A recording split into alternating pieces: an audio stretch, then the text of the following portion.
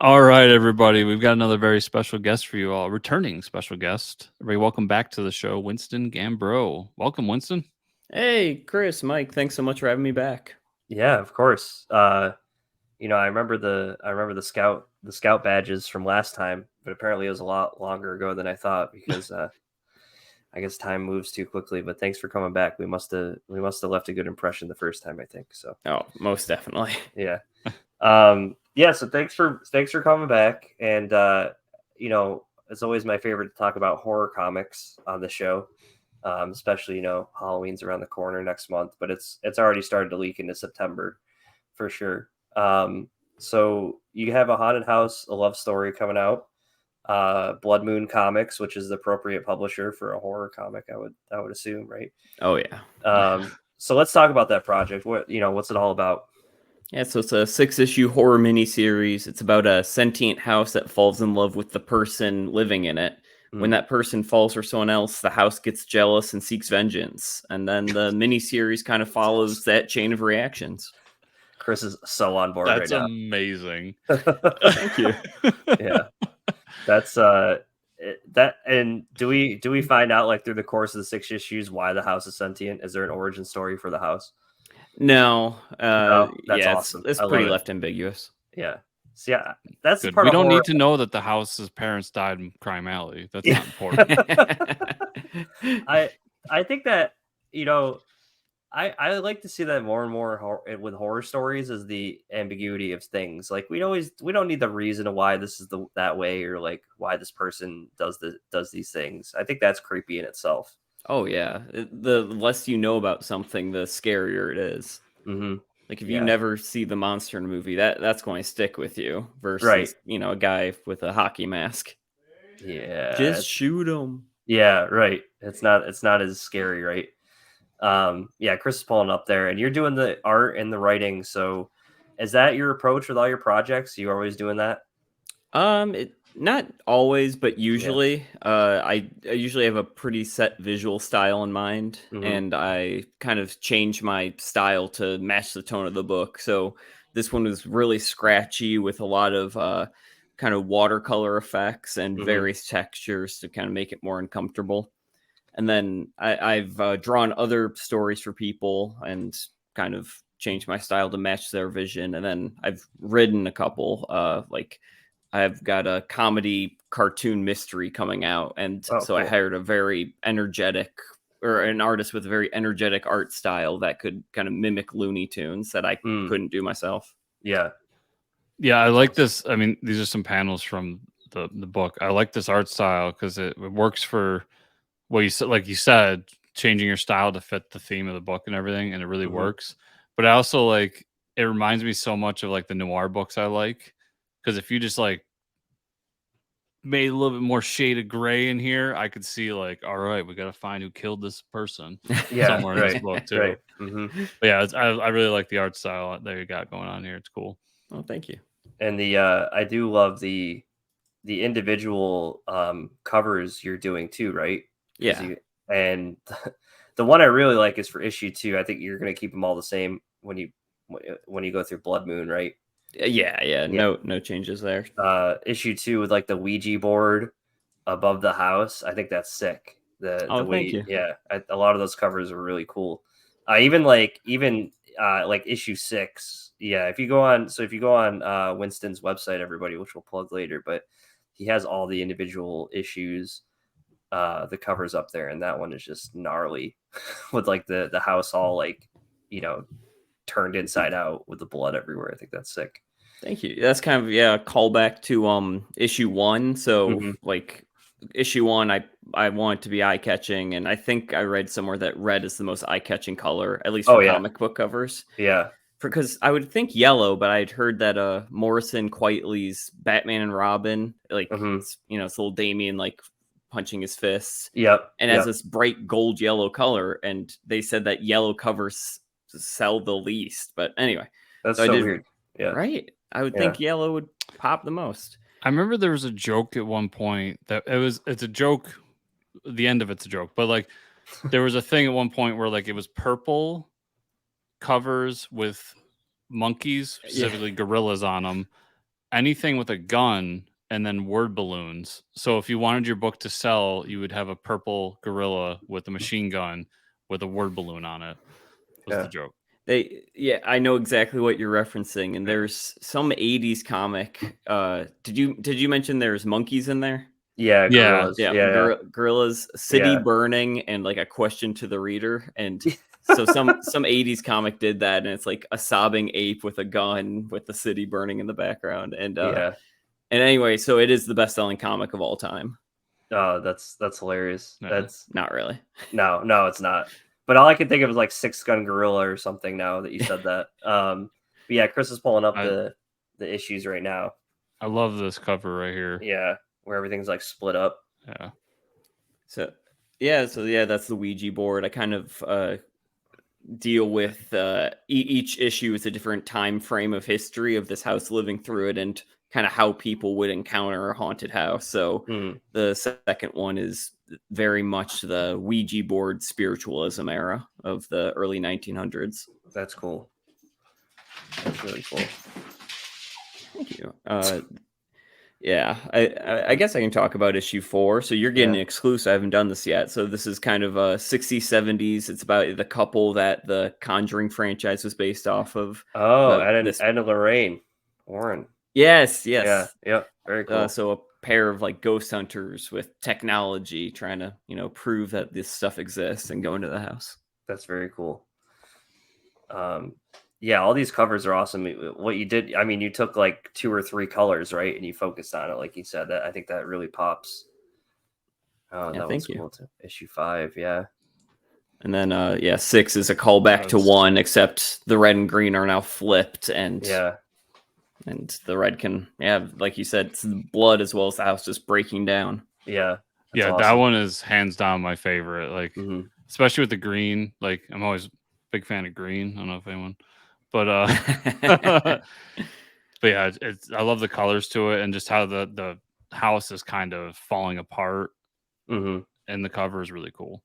And thank you. And you said so I mean, you were originally self-published these, but you said all of the issues have sold out, right? Yeah, I don't have any left to sell. Yeah. So Blood Moon Comics is the only way to get them right now. That's good news, though. I mean, like that means there's a testament to how much of a hit it was. So there's 6 issues finished, and Blood Moon's going to be publishing all 6.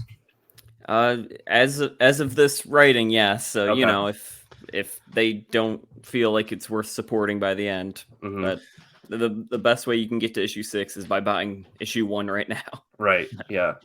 And that makes sense to me. But when does issue 1 come out? FOC, or final order cutoff, is September 15th, but then the issue itself will come out November 1st. Okay. Yeah, perfect. Well, it looks awesome. I know I wish I had backed it early on, but now I have another chance to read it, so I'm pretty excited about it. And you said like each issue it's almost like a one shot, right? So you have like a different time period for each issue. Does it go to like current timeline with issue 6? Current-ish. Okay. Yeah, I can say, I think there's a cell phone in a shot, but it's not quite 2023. Yeah. Oh, okay. And what would you say, like, I mean, you're not always doing horror comics, so how was this for you? Like, how did this project work compared to your others? So yeah, it's really just I like to jump around genres. I just get bored easily. One day I just kind of had the idea of like a haunted house story from the house's perspective. Like, what if it wasn't a ghost in it? What if it wasn't built where it shouldn't have been built? What if it was just a house with its own motives for why it's doing these spooky things? Yeah. And from there, I read a lot of like haunted house literature, like other comics, saw some movies, and kind of built it from there to get a reference, because I don't have much of a horror background, like you said. Right. And then really like getting the visual style down, I kind of had that locked in, and that, like I said, that kind of shaky style. Like there's no spot blacks in the whole comic. Yeah. Rather than that, I would just fill it with my scratches over and over, like just zigzags, and it was a lot more time consuming, and I hope people like it at all. But yeah, no, yeah. I think it works really well for the story. Yeah, definitely. for the tone of the book, you know, the horror tone. But I will say too that I mean, for someone who doesn't normally do horror, it looks like the recipe of a horror book between the colors and the art. And so you did all the colors yourself as well. Yeah, I had a flatter to color assist. Okay, but that was it.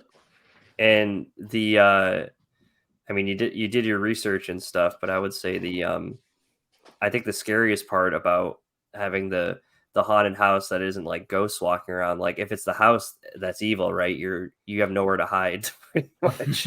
That's just true. it, right? You're like, you could say, oh, I could hide under my bed, but you're like touching part of the house. You're touching the floor of the house.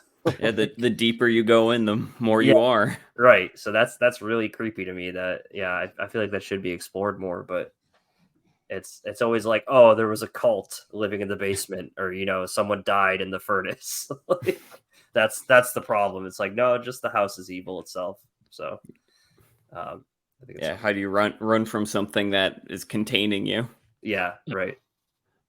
So if the house falls in love with somebody, does the house ever consummate? Oh, well, I guess you'll have to read to find out. Chris is into it now. Great. You gotta take my money, and then when I don't get it, I'm gonna be like, Winston, what the fuck, man? Volume 2. While I was writing this, my editor did suggest, I forget the official term, but the woman that married the roller coaster. Have you heard about this? Yes. Oh yeah. He's like, you should really look into that. See, like if that can relate to your book. Yeah. Like, all right. Go find this lady and ask her some questions. I bet if there are any conventions for people like that, they would really like my book. I have a new market. Yeah, you should just set up a table there. That's awesome. I'm excited for it. Chris has got some shots here. The panel layout. I think this is issue 1 here, right? Yeah, this is issue 1.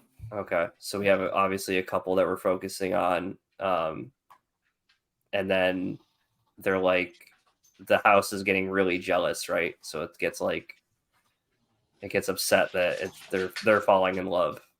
Yeah, this guy with the dark hair is the architect and sole resident of the house, and so the house very quickly falls for him. And then this light-haired guy is a doctor taking care of him, and they soon realize they have feelings for each other, which the house is not a fan of. Okay. Very cool.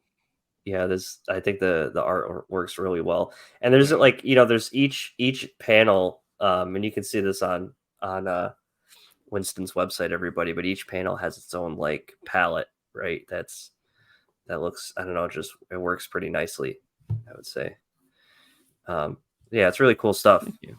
I'm excited for it, and I think Chris is too, to figure out what happens with the consummation. So you have 2. Just keep, if it doesn't happen in issue 1, which it might, just keep reading. There's keep 6 issues, Chris.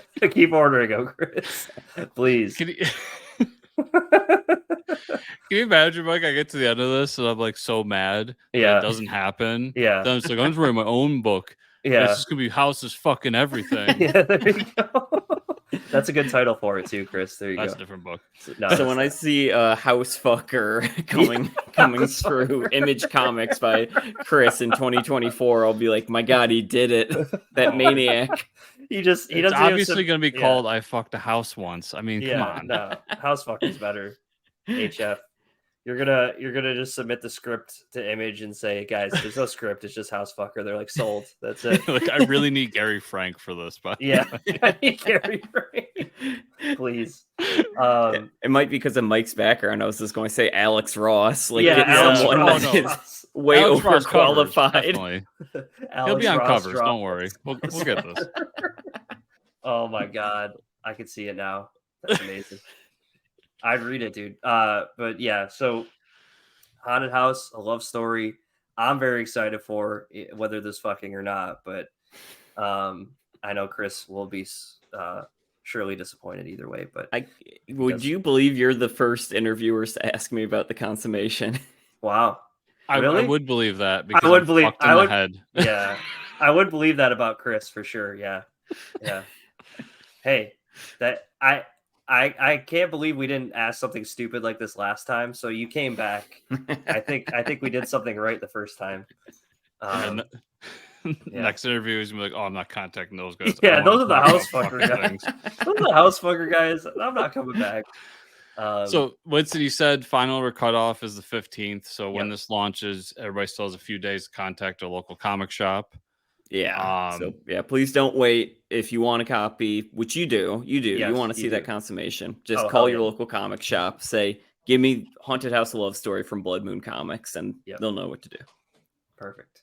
And then you'll be in for all 6 issues because it's that good. Yes, Hell yeah. it is. Yes. Hell yeah, it is.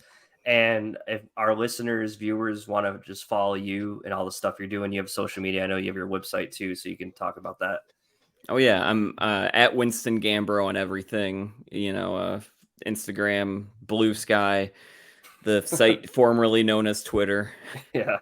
I'm very easy to find. I'm the only Winston Gambro on Earth. Nice. Very cool. And everybody, I'll have links to Winston stuff, including how you can get the book.